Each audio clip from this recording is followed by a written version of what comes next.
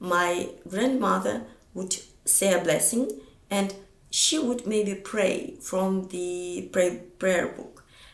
In Soviet time, you wouldn't have a prayer book with something written on it. It was just black book without any writings on the cover, and she would say something from that book.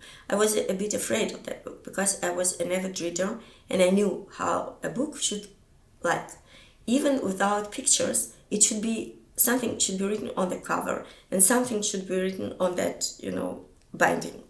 And there was nothing. It was just, and it was so strange, and the language, of course. And you should just bear that and before you can eat. And even that was not a very big attraction because I wasn't a big eater. So I do remember that like more like an interruption of my day routine rather than something, warm or something. Of course, I regret that now, but what can you do?